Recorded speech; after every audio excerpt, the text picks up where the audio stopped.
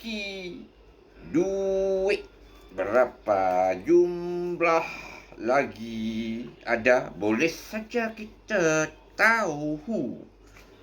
Tapi baki hayat usia berapa jumlah lagi untuk kita tercatat Tuhan biar saja tahu.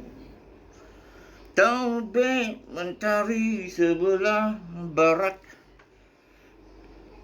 kiamat terjadi ke daerah akhirat. Selagi nafas kesana sini digalas berharga, meniti arus perjalanan mengharungi batas kehidupan. Sekadar kesempurnaan pun sudah cukup. Tak perlu nak berlebih-lebih.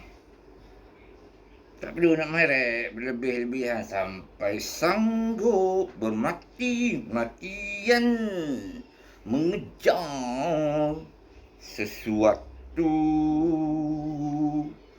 hingga melahirkan ketamakan. Baki hasil pendapatannya berlambak,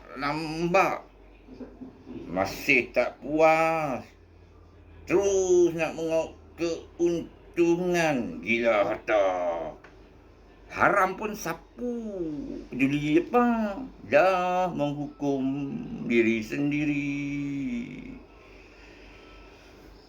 Tersungkur bah karma Tuhan lumpuh wafat.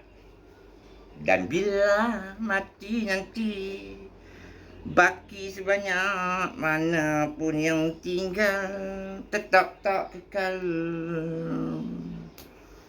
tak bisa dibawa bersama ke alam kubur.